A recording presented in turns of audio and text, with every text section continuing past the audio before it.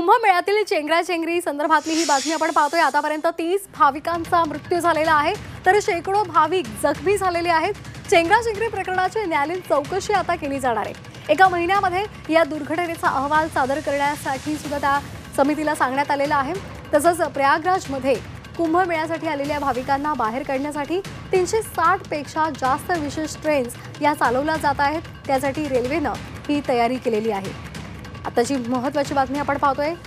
महाकुंभमेळ्यामध्ये काल चेंगराचेंगरी झालेली होती आणि त्यामध्ये 30 जणांचा मृत्यू झालेला आहे। याची न्यायालयीन चौकशी केली जाणार आहे। दरम्यान या घटनेला भाजप सरकार जबाबदार आहे असा आरोप संजय राऊतांनी केला आहे। ज्या पद्धतीने भारतीय जनता पक्ष आणि त्यांचं सरकार या संपूर्ण सोहळ्याचं राजकीय प्रचारासाठी मार्केटिंग करत होते, तो प्रकार घृणास्पद होता आणि आहे। दुर्दैवानं अनेक लोक यात मृत्यू पावले।